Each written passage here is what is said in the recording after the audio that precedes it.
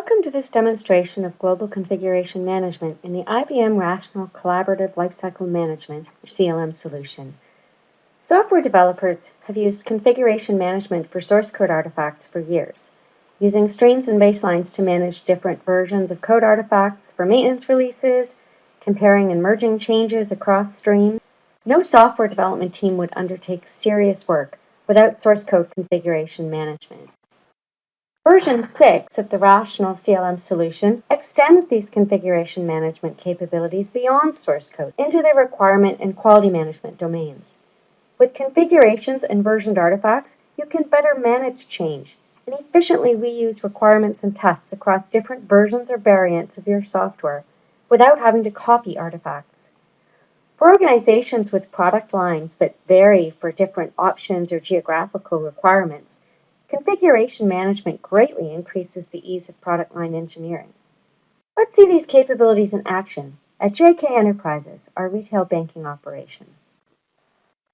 A configuration is essentially a set of versioned artifacts. Rational Doors Next Generation, Rational Quality Manager, Rational Design Manager can all define configurations for their artifacts, as does Rational Team Concert Source Control. Global configurations group the configurations contributed from those other applications into components. These global configurations represent all the artifacts that are part of your software project. Global configurations are also called components because they can be reused and nested to define more complex products or offerings. In this example, the JKE banking configuration contains configurations from DNG for requirements, RQM for quality management, and RTC source control. At significant milestones in the product lifecycle, the configuration lead can create a baseline for the global configuration, which includes baselines from all the local configurations as well. Baselines cannot be changed and represent a snapshot of the artifacts and the configurations at that point in time. We can see that baselines exist for the JKE Banking 1.0 and 2.0 releases. If we needed to recreate those releases, maybe for maintenance fixes, we could create a new stream that contains exactly those artifacts from the baseline and begin working on the fixes. And remember, this isn't a copy operation. The artifacts are versioned and used by reference to the version. Now, in our scenario today, JKE needs to create a Canadian version of their mobile charity banking application. So let's create a new stream from the most recent release, the JKE Banking 2.0 release. Note that you always create a new stream from a baseline to ensure that nothing is changing beneath you and the artifacts are predictably valid. We'll give it a suffix that identifies the variant that we're creating and a description. We could also define tags or other criteria. Those will allow us to search later. Establishing good naming conventions from the outset, as well as guidelines for when to baseline and create new streams, is a best practice to follow. The Global Configuration Management, or GCM application, also makes it easy to find where a configuration is used or reused, which is helpful for change impact analysis, and can also detect component skew, where you have different versions of the same configuration included, which is unlikely in a very simple configuration like we have now, but when you start nesting different components into hierarchies, that kind of conflict can happen. So now we have a new configuration, global configuration stream, but it still includes the baselines from those local applications. We need new streams in the local applications as well because we can't make changes to the baselines. DNG and RQM allow the GCM application to request new streams and baselines, so the configuration lead can more easily coordinate the local contributions. We'll use the same suffix as for the global configuration.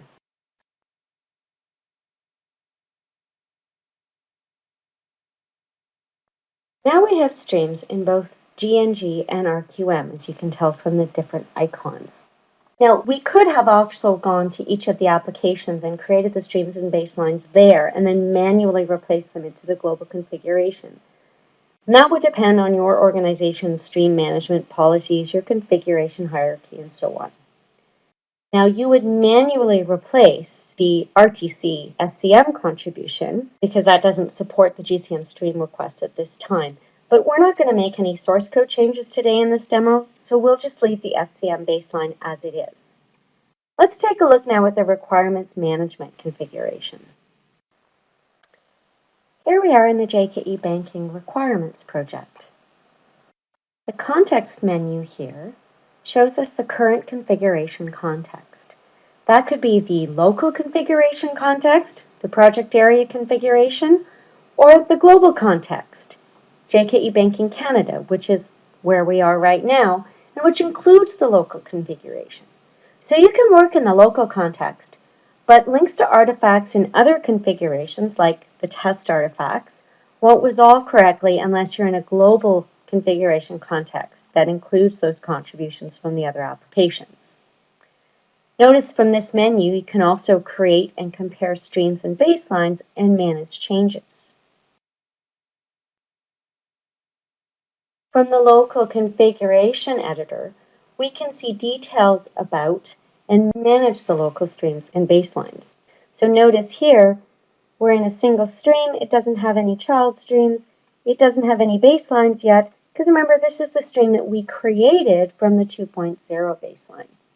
You'll notice that the icons over here allow you to perform different operations on the stream as well, including many of the ones that we saw on the context menu. To better manage change, DMG offers options that are set on a stream-by-stream basis to enforce change sets for making changes. This is a very good idea if you want to control change more tightly and also facilitate delivery of changes or groups of changes across streams. So if you don't create a change set and you make changes informally, each change actually generates its own little micro change set with a generic name, and that can become very unwieldy if you want to contribute some of those changes to another stream.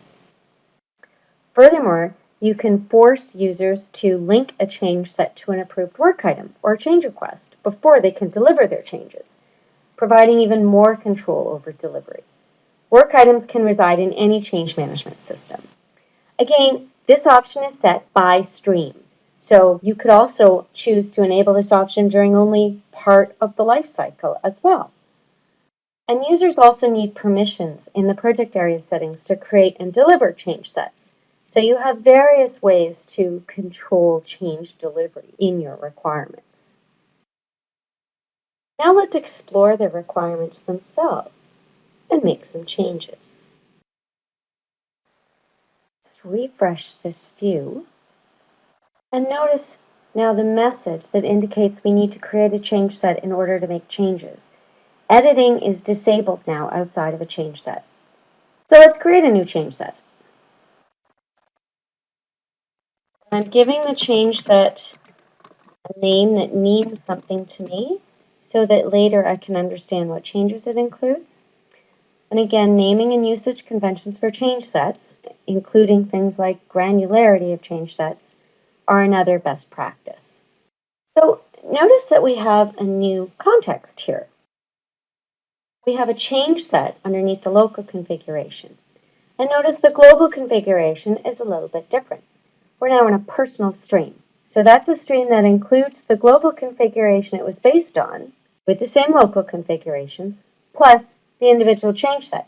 So that means that you can create, see, and modify links from your changes to artifacts and other application configurations that are part of this global configuration. Now this personal stream is tied to this global configuration and always will reflect its content. And you would have other personal streams for other configurations. Now only you can see this stream context. Each user has their own personal stream. So we need to link our change set to a work item, you'll remember, so that when we want to deliver it, we meet that constraint. So we could also choose to link it later, but let's do it right now. Now I created a work item earlier. And so I'm going to link it to that work item now. All right, now let's make some changes. Let's start by creating a new business rule artifact.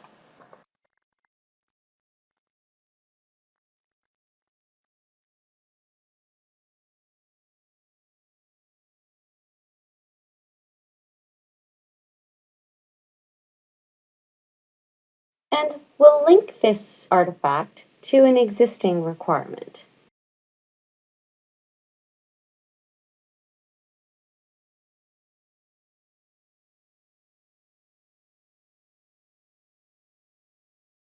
We could add more content here, but we'll just save it and finish. Now, notice the icon next to this new link that we created. In version 601, CLM introduces a new link validity service for configuration management enabled projects. This provides similar capabilities to the suspect linking that we've had for quite some time for non-enabled projects. So this new link hasn't been validated, so it's marked suspect. And changes to artifacts can also mark a link suspect, just as it has in the original suspect linking. So we can validate this link right now.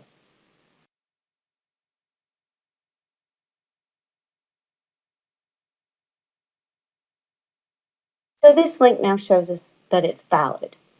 Now, if this particular pair of versioned artifacts were to appear in multiple global configurations, for example, if I created another stream now or a baseline, the validity assertions would be reflected across all of those configurations where that same version of artifacts are used. So we created this new requirement. So let's modify another one so we have more than one change in our change set.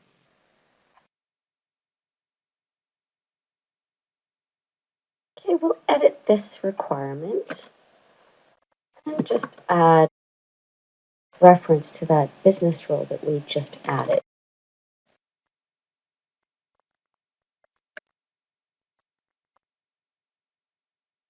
Notice the links here on the side.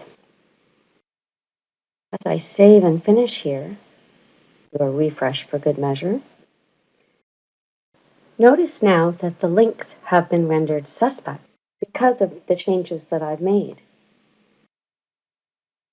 Now, we're particularly interested in links to the test cases, since those probably need to change to address the requirement change.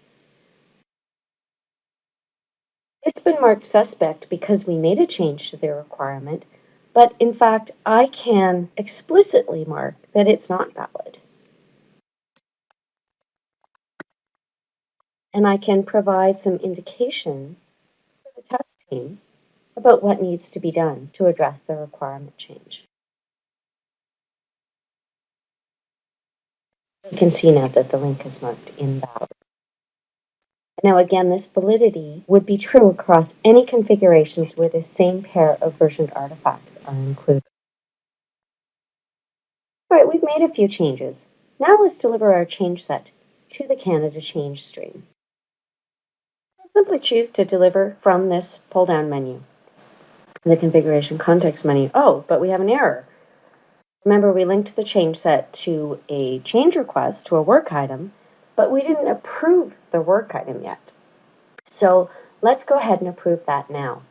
We'll go to look at the details of the change set. And here we can see the work item that it's linked to. And we can see a little bit about its information. Let's just open that in a new window, and we'll approve that work item now.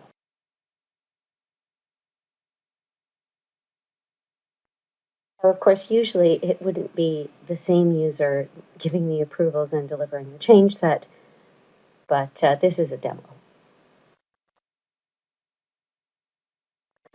All right, so now the approval record says that it's approved, which is what RTC expects for a work item approval.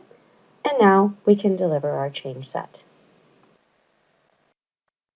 So once again, we will choose to deliver the change set from our context menu here. change set is delivered to the stream where you created it. In this case, it's JKE Banking Canada.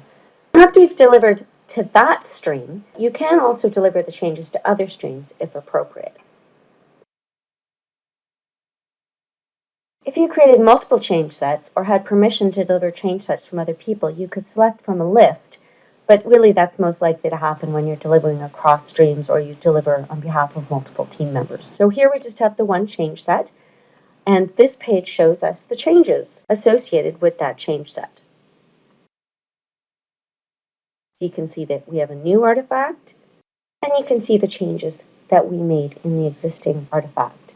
Now, if you and your colleague were both working on change sets in parallel and made conflicting changes, DNG will automatically merge any structural changes and highlight any conflicting attributes. So you can choose whether to deliver or discard the change at the level of each attribute to avoid such conflicts. And RQM and RDM provide merge capabilities as well. So we don't have any conflicts here with our simple changes. We'll just go ahead and complete the delivery. That should bring us back again to our original configuration context. So the change set is gone because we delivered it. We're looking at its details still. And we're back in the regular stream. The personal stream is also gone, although it does persist, and you would use it again the next time you create a change set. Let's assume that all the changes have now been made for the Canada requirements, and we want to take a baseline of the requirements at this point. So this local baseline could also be part of a global baseline, a baseline for the entire global configuration, but it doesn't have to be. And you might have other baselines to just capture point-in-time status for reference. Now notice if the baseline is not part of a global configuration baseline, the links to the artifacts in the other project areas or configurations won't resolve. So we create a baseline the same way we created a change set. And we'll enter a name here. And as with change sets and streams, establishing guidelines and naming conventions for baselines is also another best practice. Now that we've created the baseline, let's take a look at it. We'll go look at the stream. And there's the baseline that we just created. Now, notice we're looking at the information about the baseline, but we're not actually in the context of the baseline. We're still in the JKE Banking Canada global configuration context. Now might be a good time to talk about requirement reviews. If you're familiar with how to hold a review in earlier versions of DOORS Next Generation, the main mechanisms haven't changed. What is different is that reviews and review comments are not versioned. So you create the review for a specific configuration, but the review itself and its associated comments appear in all configurations.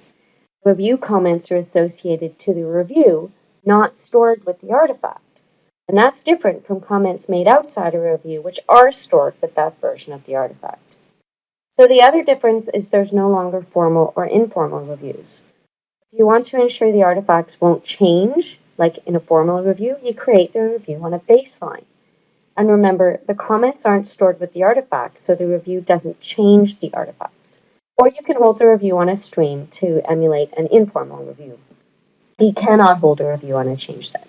So the review page here should look familiar. As before, you can add participants, artifacts, and instructions, just as you could in previous releases. Note also that the review will always open in a new tab in the configuration in which it was created, just to reduce any potential confusion about where you might start from.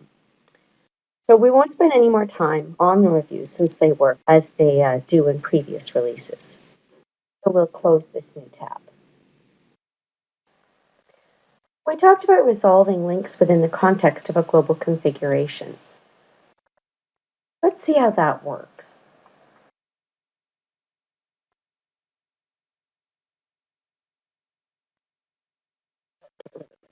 Side here. All right, so here we can see the links from the requirements to the work items and test artifacts. The links are resolved based on the global configuration context. For example, This test artifact is the version that's included in the RQM configuration that is part of this JKE Banking Canada global configuration. Let's see what happens if we change the configuration. We'll switch to the local JKE Banking RM configuration. Now we're no longer in a global context. And let's see what happens. The links are gone. Without a global configuration context, the links won't resolve. Now, depending on the link type, you might still see some links that display. For example, links that the requirement owns to other requirement types. So the links might still display, but they won't resolve correctly when you follow them. Unless, of course, they're within this specific configuration, within this requirements management configuration. Let's switch back.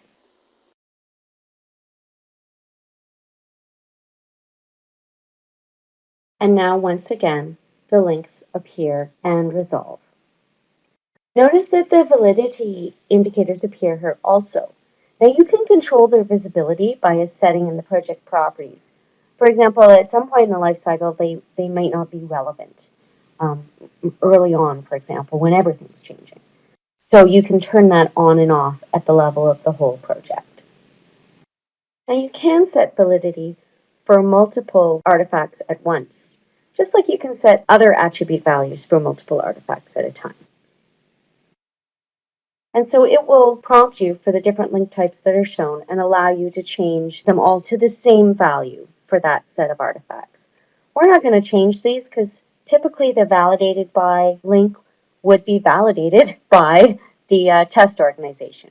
So we'll just leave those. And speaking of the test and quality assurance organization, let's take a look now from the quality management side of things. We'll follow a link to get to the quality management.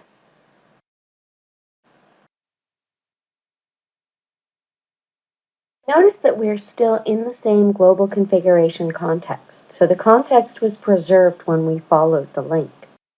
And if we come over here and look at the requirement links, we can see the link back to the requirement, the link validity that we set earlier in DNG, and we can see here the comment associated with that change. So as a test case owner, I have a better understanding of why this link is invalid and what action do I need to take.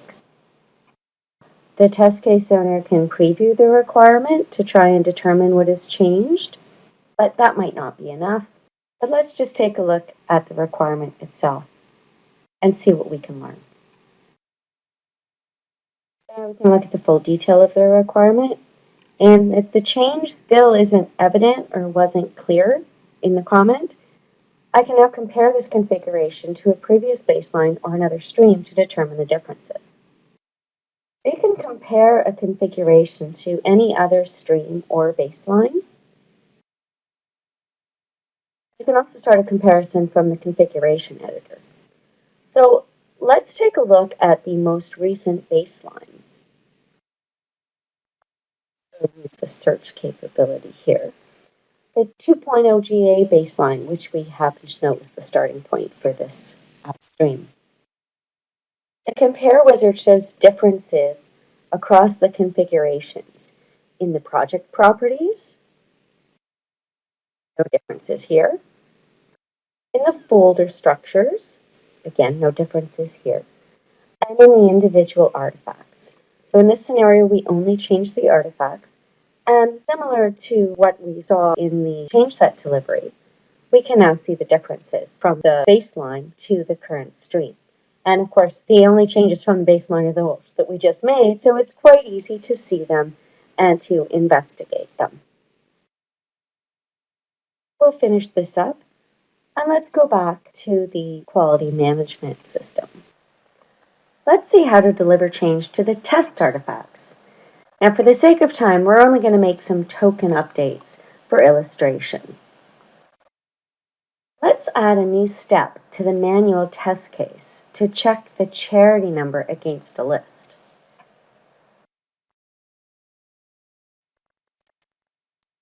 Now, obviously, this is really inadequate to fully test the changes, but we're just showing the mechanics here. Of course, typically there would be review and approval for these changes as well, but we're going to skip that because the mechanism is the same as for any other kind of project. So back in the test case, we'll assume that these changes have been approved, and let's revalidate the link between the test case and the requirement. Now, back in the requirement itself, refresh the view. We'll take a look at the links and see that the requirement owner can now see that the link has been revalidated and the test case has been updated. Now, you may have noticed that we didn't create a change set in RQM for the test artifact changes. So RQM doesn't use change sets this time, but it does include compare and merge capabilities for users who make conflicting changes, and we can also create baselines for the test artifacts.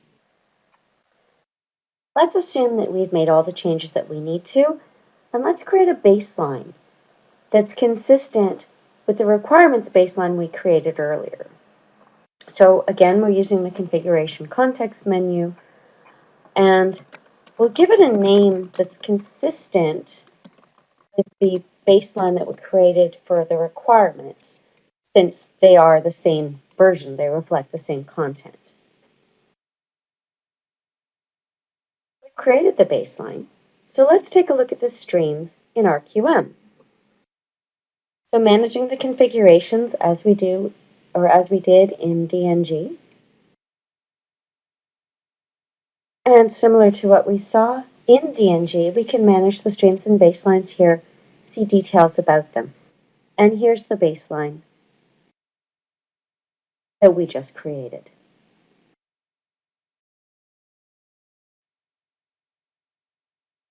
Well, we've made changes for the Canadian variant of the JKE application, but we realize this is a good capability to include in all the JKE banking releases. So now we want to deliver these same changes to the main JKE streams for both requirements and tests. Let's start with the requirements.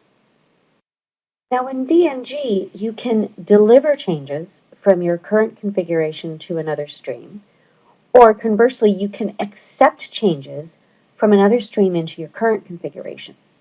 So in most cases, the owner of the target configuration would probably prefer to control the incoming changes to his or her stream. So let's change the context to the JKE banking configuration that we're going to deliver to. We could also deliver and accept changes from the configuration editor view as well. So notice in this context, there's no warning about requiring change sets because we didn't set the option to mandate change sets in this particular stream. All right, let's accept the changes into this stream. So just as when we delivered the change set initially, a wizard will walk us through the steps.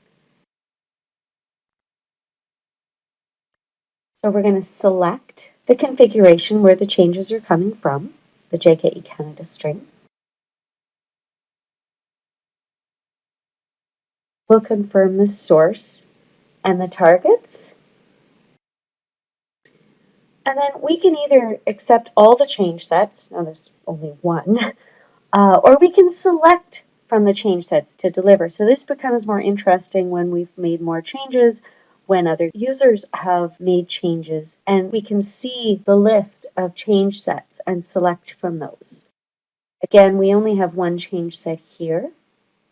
And this is where, again, having a naming convention and a change set strategy is really useful because it can group or separate changes in a logical manner.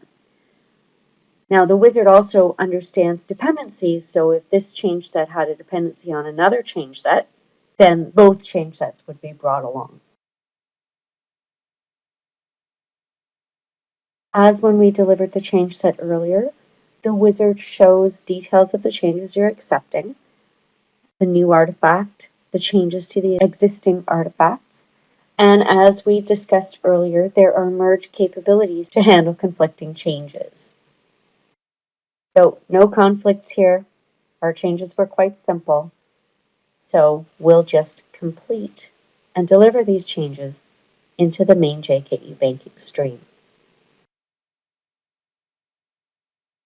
And now if we look at the list of links here, we can see that the new artifact, the new business rule that we added, does show up in this main JKE banking stream. Now let's deliver the test artifacts from the JKE Canada stream to the main JKE banking stream.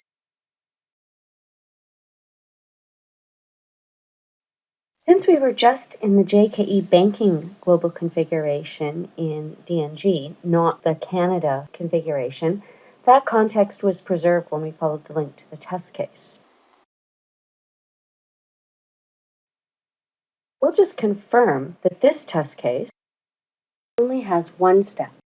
So you can see it doesn't have the additional steps because we added those to the Canada stream. So now let's deliver that change into the main JKE banking stream. Because RQM doesn't have change sets, we'll do that by merging or accepting the changes from our baseline. So in RQM, you always start from the target stream and accept the changes from the baseline. And the source has to be a baseline, so the incoming artifacts can't change during the operation. As we saw, DNG can also accept changes from a stream.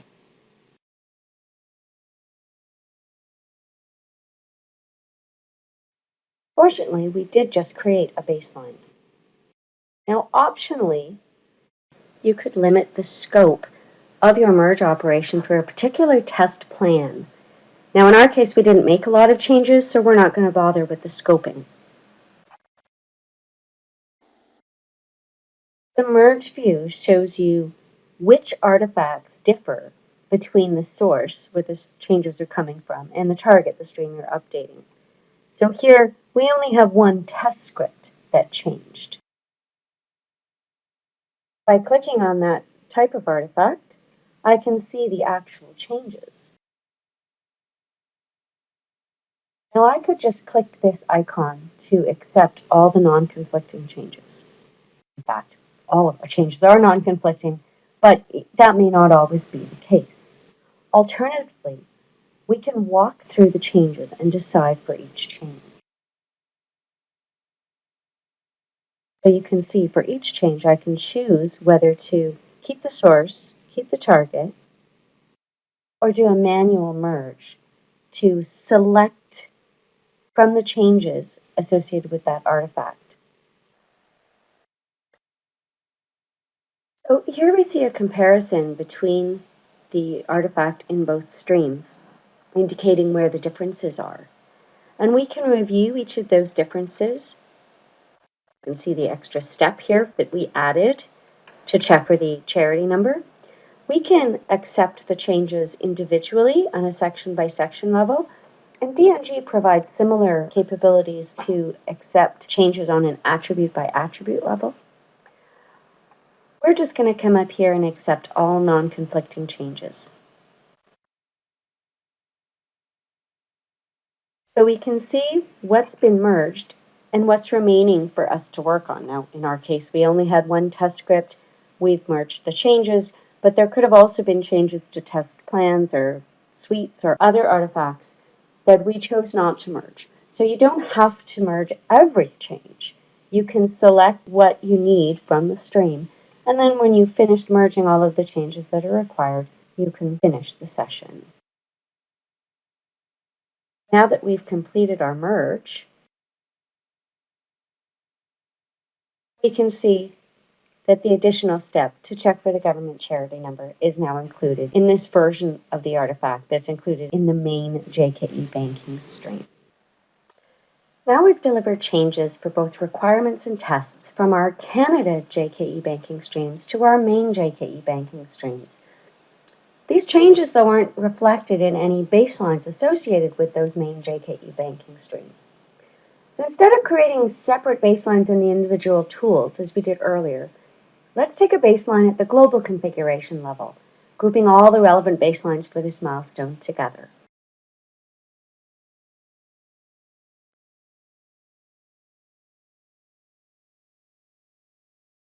So here's our current global configuration stream for JKE banking. And you'll recall that it includes streams from our requirements, our quality management, and also our SCM repositories. Now we can create a baseline from here, which will also automatically create baselines for the local configurations contributed by RQM and DNG. Our DM, Design Manager, and the RTC SCM component don't yet support this remote baseline creation. Now, if you don't have permission to create baselines in the local projects, or you wanted to use the baselines that already exist, like the ones we just created for JKE Canada, of course, that would be for the Canada stream, you could stage the baseline, creating a shell, as it were, and then manually replace each local stream with the appropriate baseline. We'll go ahead and create a baseline and the underlying local baselines. Once again, naming conventions come into play, with a suffix that will be appended to the name of the baselines that are created. The default, as you can see, is the date and timestamp, but you can change that, as well as provide tags and a description.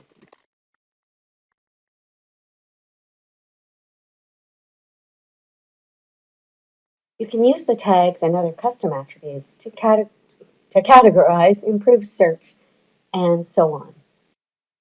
Oh, we got an error. Why is that? Well, the SCM stream is not able to respond to that request for a baseline creation, so we can't create that automatically. So our baseline is now in staging, meaning it's partially created, but waiting for all of its parts to become baselines. So if we go to look at this staged baseline, we can tell by the icons that baselines were created for the requirements and quality management streams and labeled 2.01 as we requested. But the integration stream still remains a stream. So we'll fix that by manually replacing this stream with an SCM snapshot, which is just another name for a baseline.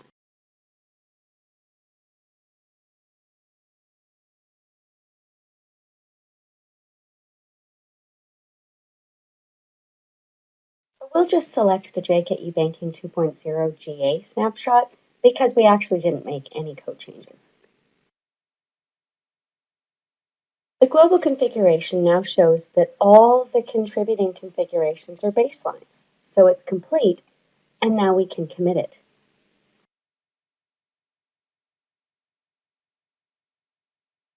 So once again, you have another chance to set the suffix and the tags, although the original ones were already used, so we'll just keep those.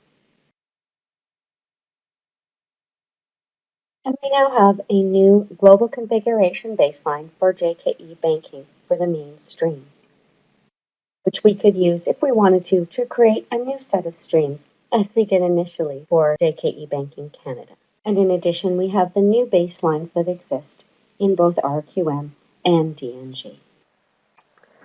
So what about RTC?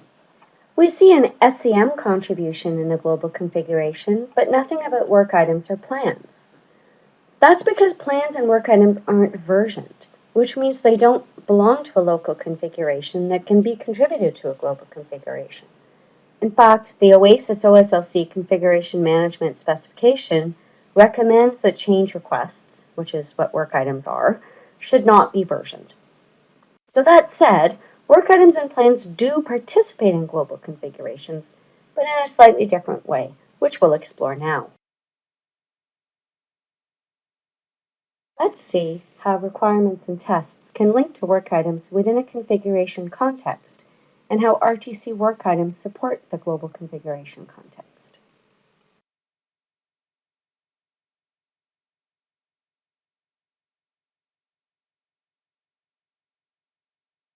We'll create a new feature here in this JKE banking context.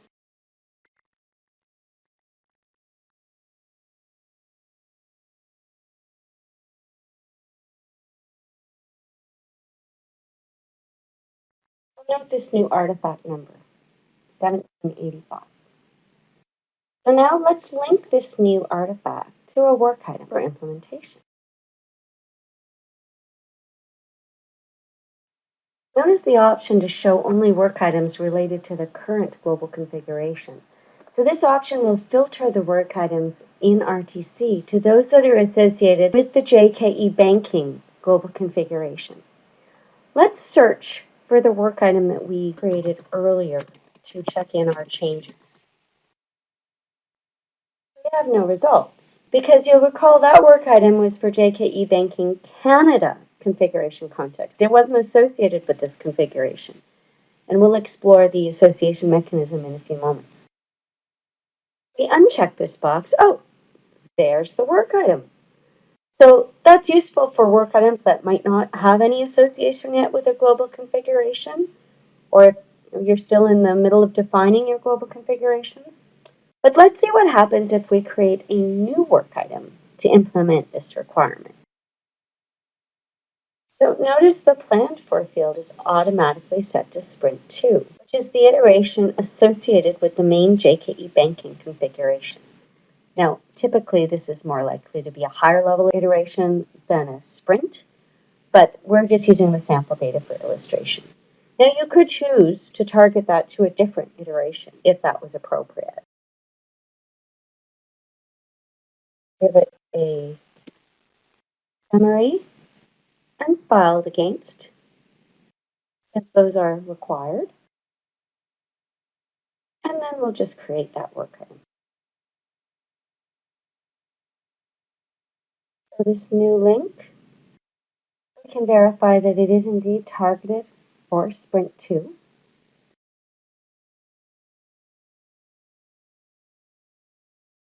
In RTC, we see that the work item is indeed planned for Sprint 2. We can see the requirement. And let's see what happens when we open that link. You can see that the global configuration context is preserved. So when we link back to the requirement, it opens in the correct context. Let's take a look at the mechanisms that RTC uses to associate work items to a global configuration context.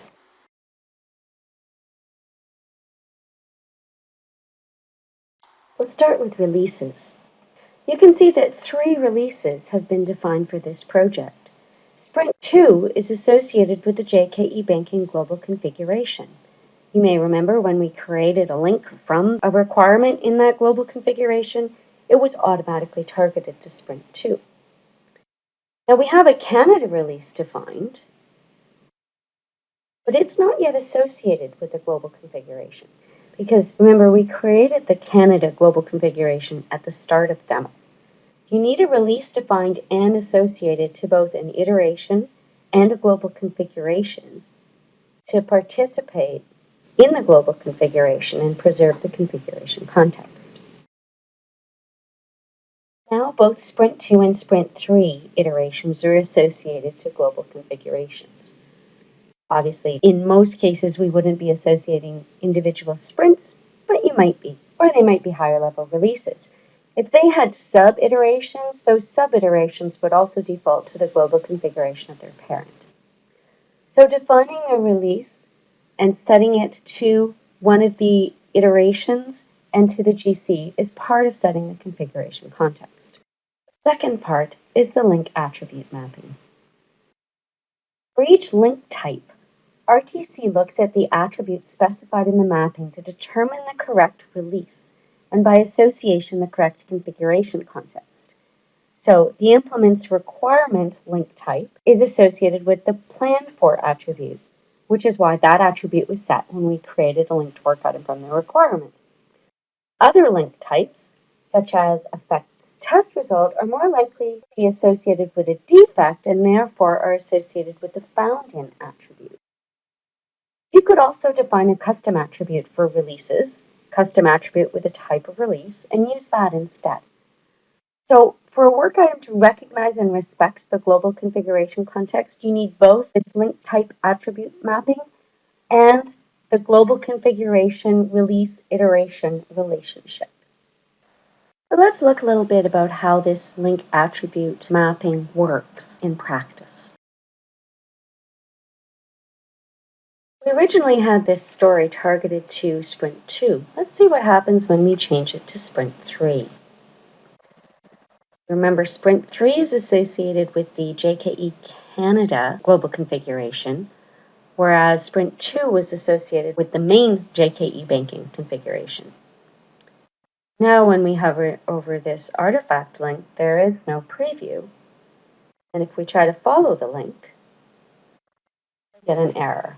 The link no longer resolves to the requirement artifact because that artifact doesn't exist in the JKE Banking Canada configuration. We only just created it in the JKE Banking mainstream. Let's go look at the actual requirement that we created. And you'll notice that the implemented by link no longer appears.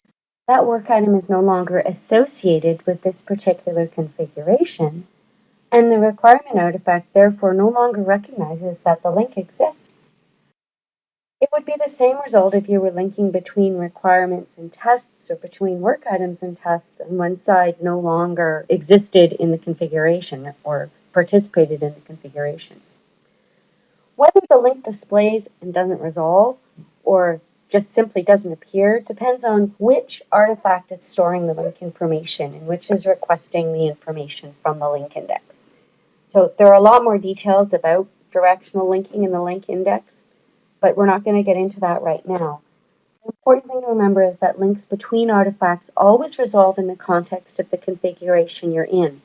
So if the other artifact involved in the link is not part of that configuration or associated with that configuration, that link isn't going to resolve. We saw that when you set links from requirements in DNG, you can filter based on the global configuration context. And the same is true when you link RQM test artifacts to work items. When you create links from work items to requirement, test, or design artifacts, the configuration context is also preserved, taken from the appropriate attribute for that link type and the associated release. Let's see what happens when we try to link to that requirement that we created. Well, our work item is now associated with the JKE Banking Canada configuration, but remember the requirement is in the main JKE Banking stream, so it doesn't show up in the search results. Let's see what happens when we target the work item back to Sprint 2.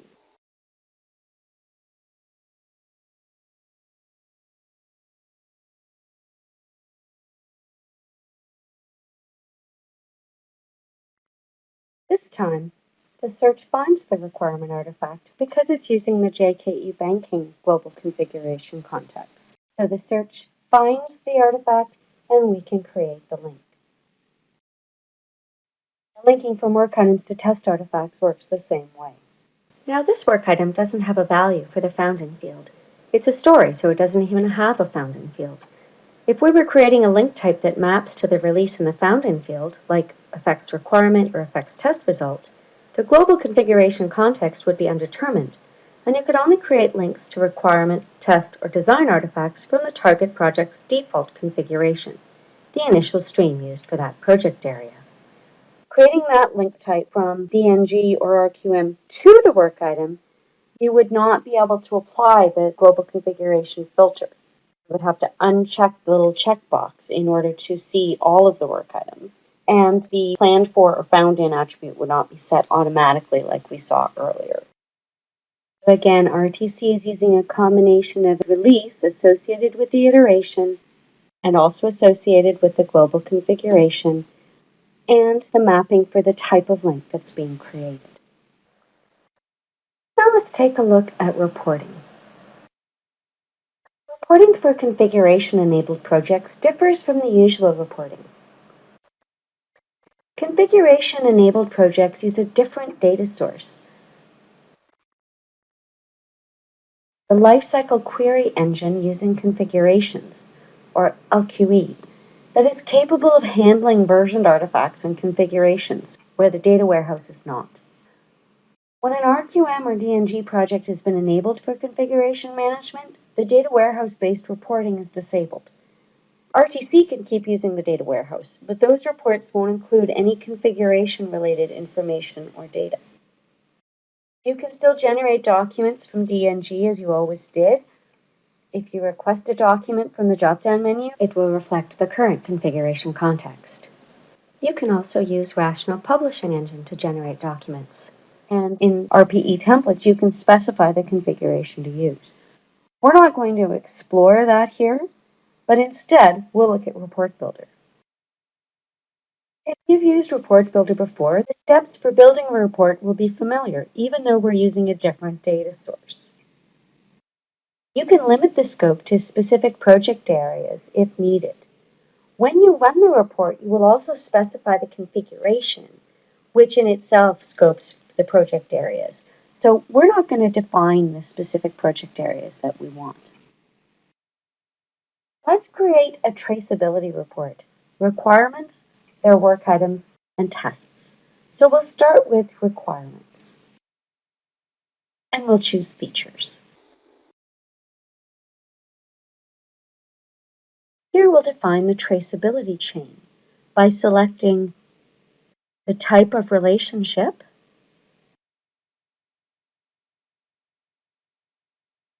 and the target artifact on the other side of the relationship. So we've defined a link from the requirement to the story, and we're leaving that as a required link.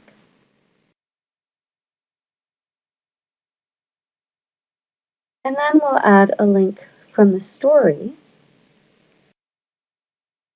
to the test case. And we'll make that an optional relationship. So if you make the relationship required, it means that any stories without linked test cases would be excluded. So we're not really sure how far we've gotten with test case creation, so we'll make that an optional relationship to include all stories, whether or not they have a test case. We won't set any conditions or constraints, although we could choose to show, for example, only artifacts in a certain state or with a specific owner. We'll look at conditions in another example. On this page, we can see a preview of what our report might look like. We can also choose to add more attributes to the report. For example, maybe we want the state or status of the artifacts. We're going to leave that for now. And instead of saving the report, let's run it and see the results. So when you run the result, you can set a number of filters. But as we mentioned before, you must specify a configuration.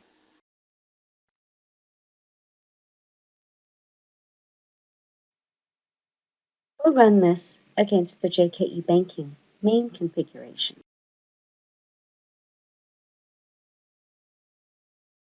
Here's the resulting traceability report. And if we scroll to the bottom, we see the new requirement and work item that we just added for JKE Banking. Let's run the report again on the JKE Banking Canada stream.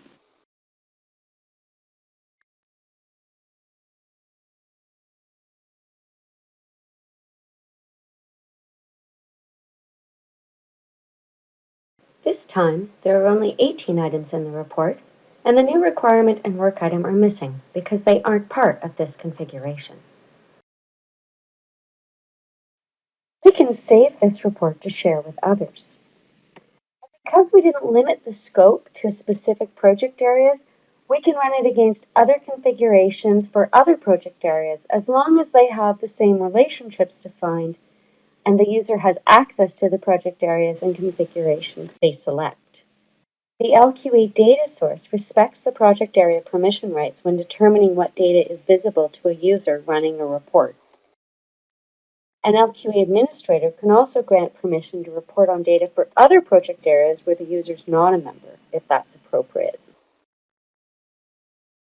So we'll use a meaningful name and description.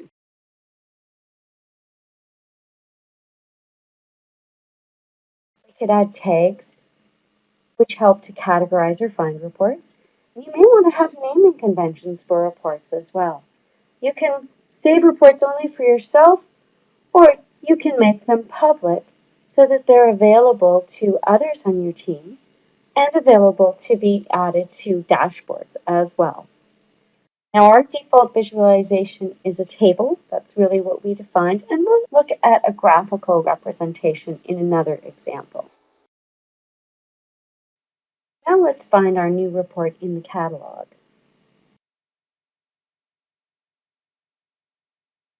And there's the report that we just created. Now if we hadn't shared this publicly, we'd find this report under My Reports. When we run the report, once again we have to specify the configuration.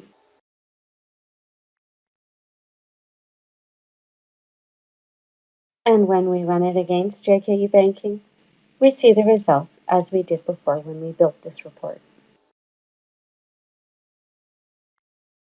So now we can run this report against this or any other configuration to view the traceability from requirements through tests, and optionally included on a project dashboard as well.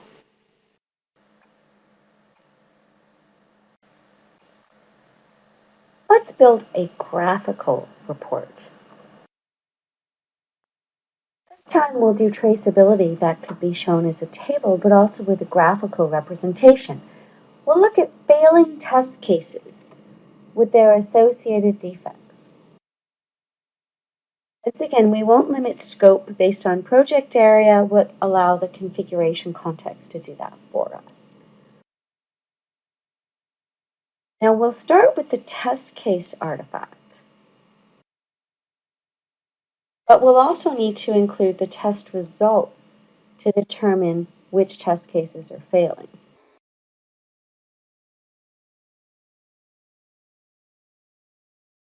And let's also look at the work items associated with the failing test case results. And we'll make that optional.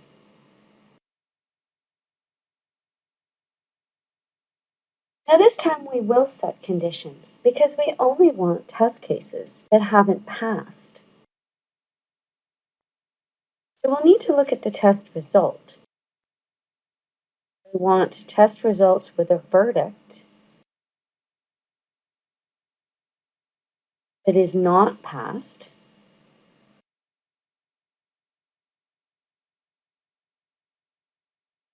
And we also want only the most current test results. Now, as we select these conditions, we can also determine whether these conditions should be saved and permanent, whether the user can choose to change them when they run their report, or whether the user has to change them when they run the report.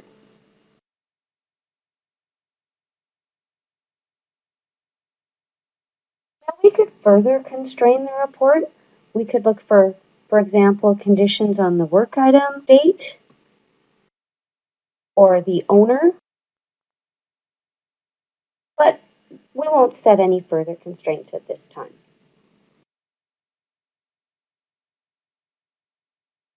That said, we do want to see some more information in the generated report. So we don't really need to see the is current value because we know that it will be. So we'll remove that. We would like to see the status of the work item.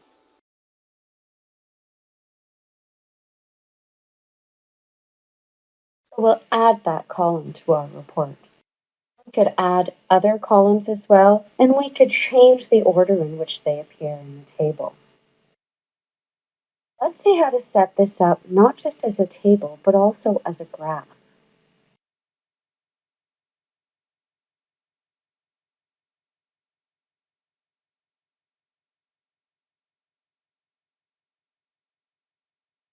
Set the x-axis to the verdict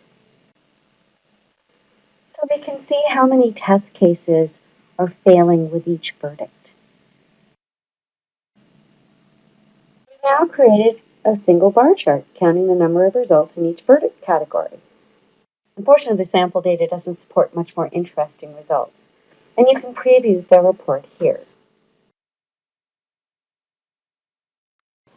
Once again, when we run the report, we need to set the configuration context.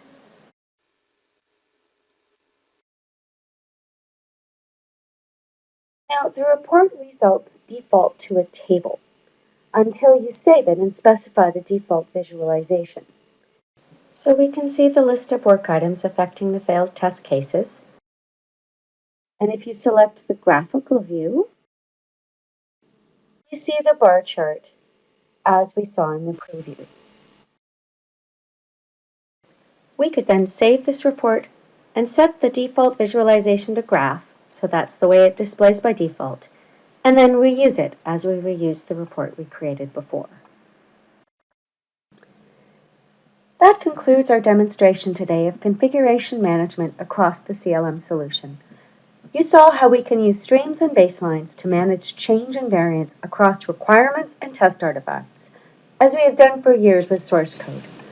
These capabilities improve change management across the domains and increase the ease and efficiency of reuse at the artifact and component level.